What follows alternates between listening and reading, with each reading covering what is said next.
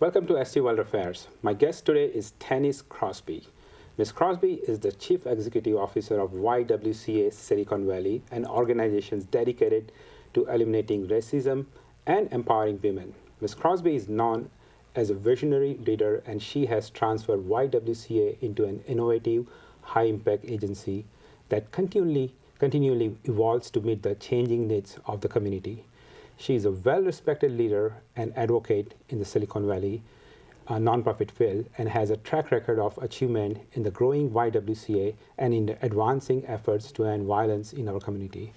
Tanis, thanks for stopping by. My pleasure. So, since 1905, YWCA is providing community services. So tell us about what's the mission. I understand it's empowering women and racism, but walk us through the high level, the mission for YWCA. Absolutely, and thank you again for having us here. YWCA Silicon Valley, our mission is bold and it's very simple. We aim to eliminate racism and empower women. So that's a big vision, a world with peace and justice and dignity for all. And we achieve that mission 3 ways. We deliver direct service, we want to transform social norms, and we want to create policies that make sure that the need for our service goes away. So it's a 3-pronged approach. And we make sure that when we're delivering those direct services, that it is a spectrum of service, right? Because there are complex problems of inequality, racism, and violence, and complex problems need complex solutions. So YWCA Silicon Valley, we are a multi-service agency that delivers a range of quality services, including housing, childcare and early learning, counseling, shelter, as well as 24-hour crisis response and support for survivors of violence. So we are a comprehensive multi-service agency squarely focused on eliminating racism and empowering women. It's a bold mission, and I think it's needed now more than ever before. You're right. So talking about one of your services, let's just talk about this sexual assault servicing. I mean, I understand that you have a shelter for that, but again, I think this domestic violence and sexual assault, they are kind of menace to society, even in civilized world, no matter where you live. So can you just walk us through what kind of services you provide? Let's just focus on sexual assault services you provide. Yeah. Absolutely. YWCA Silicon Valley is a designated rape crisis center for our region. And in fact, we were one of the first in America, which we're really proud of, because again, that points to the way in which we evolve our services to meet the most critical needs of people in our community. Our sexual assault response services, as well as domestic violence response services and human trafficking, first of all, we want to make sure that people get the support they need, and they can reach us by calling our 24-hour crisis support line. It is responded to any time of the day or night. So we encourage sexual assault survivors to reach out. We believe you. We are there for you. So there's one way to the victims can, not survivor can reach to you just by calling. By calling, walking in, and we will serve over 1,100 sexual assault survivors in any given year. We provide in-person response with medical advocacy, legal accompaniment and advocacy, provide support if the survivor chooses to report to law enforcement. We provide a range of critical services from immediate response right on through to counseling and healing and support for the long term. We are there for survivors, and we encourage them to reach out. We are here for you. Okay. So when you talk about when a survivor reaches to you, do you give them a shelter for a temporary, or it's for good? Or, I understand you provide them, because they must be stressed out, right? When the survivor they approach you, they need some help. So walk us through what exactly, let's say somebody calls you, you pick them up, pick the survivor, and then you put them in temporary shelter house, and then you counsel them, and how does your program work? That's right. So for domestic violence survivors, we do have a confidential shelter location that is available. Oh, I see. However, it's really important to note in our community that there is a absolute critical need for shelter and support services for survivors. And in fact, in Santa Clara County, we will turn away almost 2,500 service requests in our community at any given year. So we do critical work, and it's not enough. We've got to transform the systems. We need affordable, safe, supportive housing for survivors of violence. We want to work towards ending violence, ending homelessness, and making sure that survivors have all the support they need to heal. So since you have worked with all the survivors and everything, so do you see, I won't say that how do we eliminate all this sexual violence and domestic violence? But what are the remedies here? I mean, have you worked on?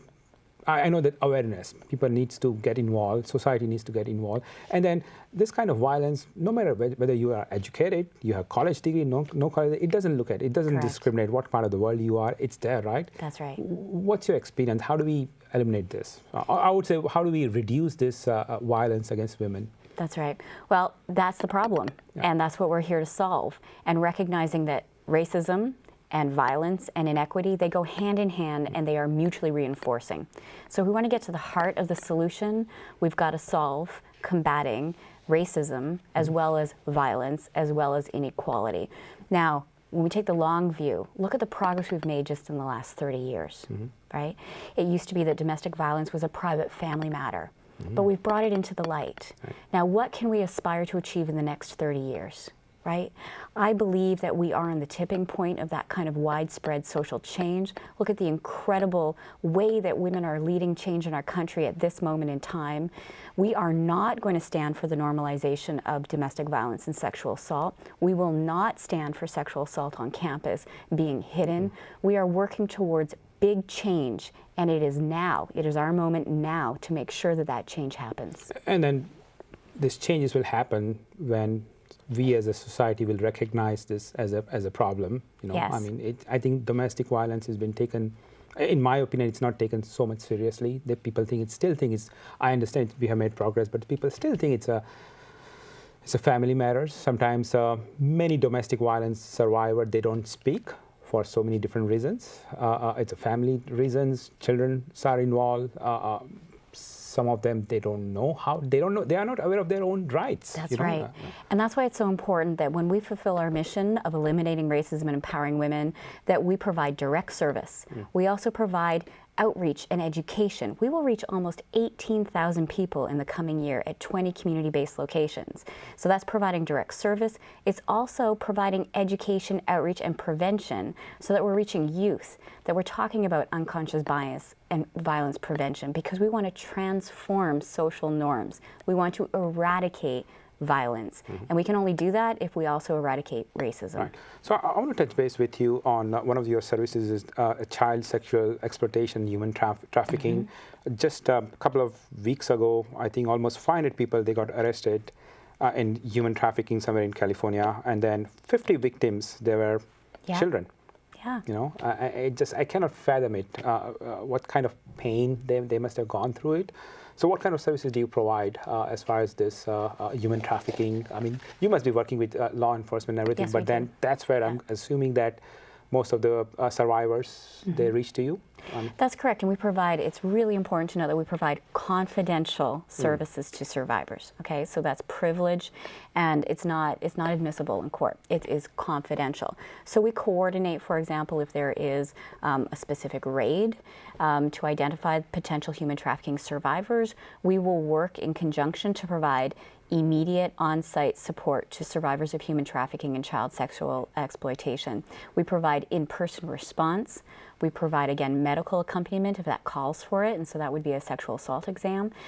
We also provide a wide range of services. We actually will be launching a new housing program for human trafficking and sexual assault survivors. So we're doing very specific, good, new, innovative service work that is totally defined on the survivor's needs.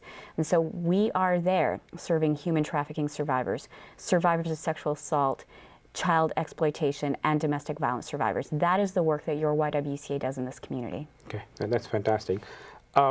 We have 5 more minutes, so I just want to touch base with in the recent events, some of the Muslims. I talked with few people also.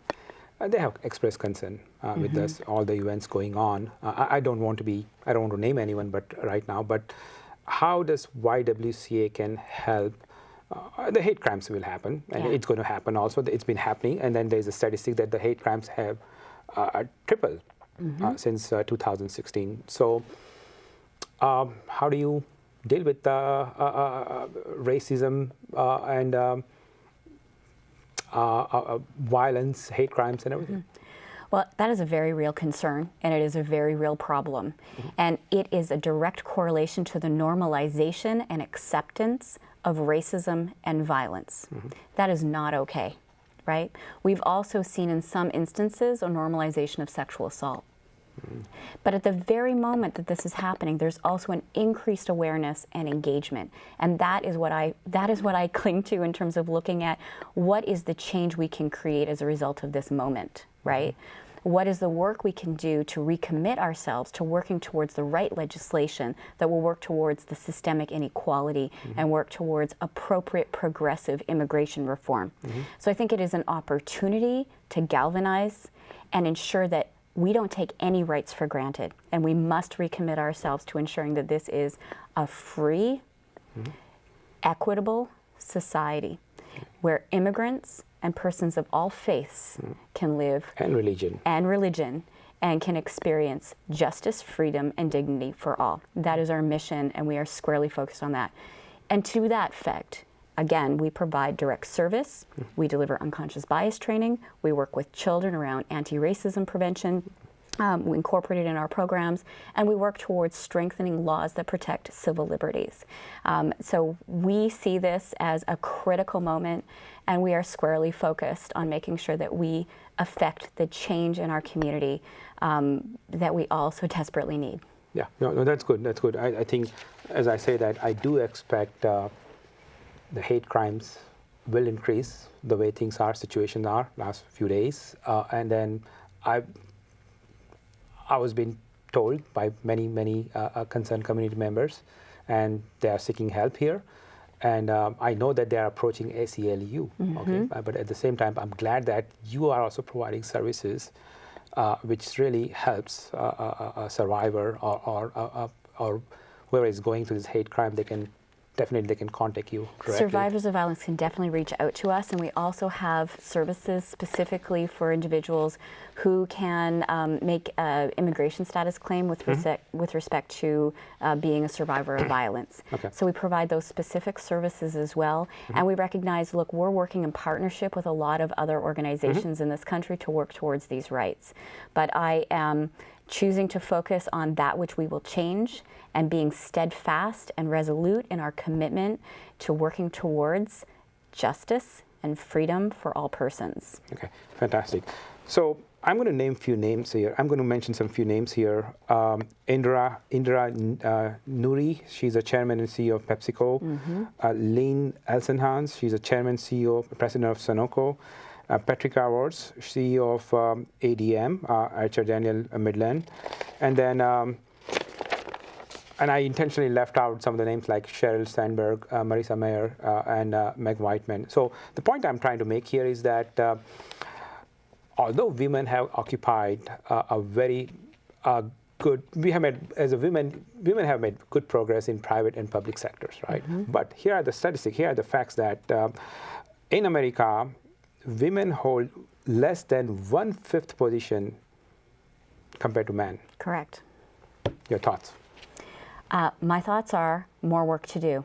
Yeah. My thoughts are our mission of eliminating racism and empowering women more vital now than ever before. Okay. That we must achieve parity in power and positions, and that it's not just good enough to look at women in those positions. We must look at the full diversity of women in those positions. It's about a progressive agenda that is inclusive of women and those who identify as women from all backgrounds. Okay. So I just want to, 15 seconds, can you just talk about this program, Walkathon? You have this in June? Yes, this is Walk a Mile in Her Shoes.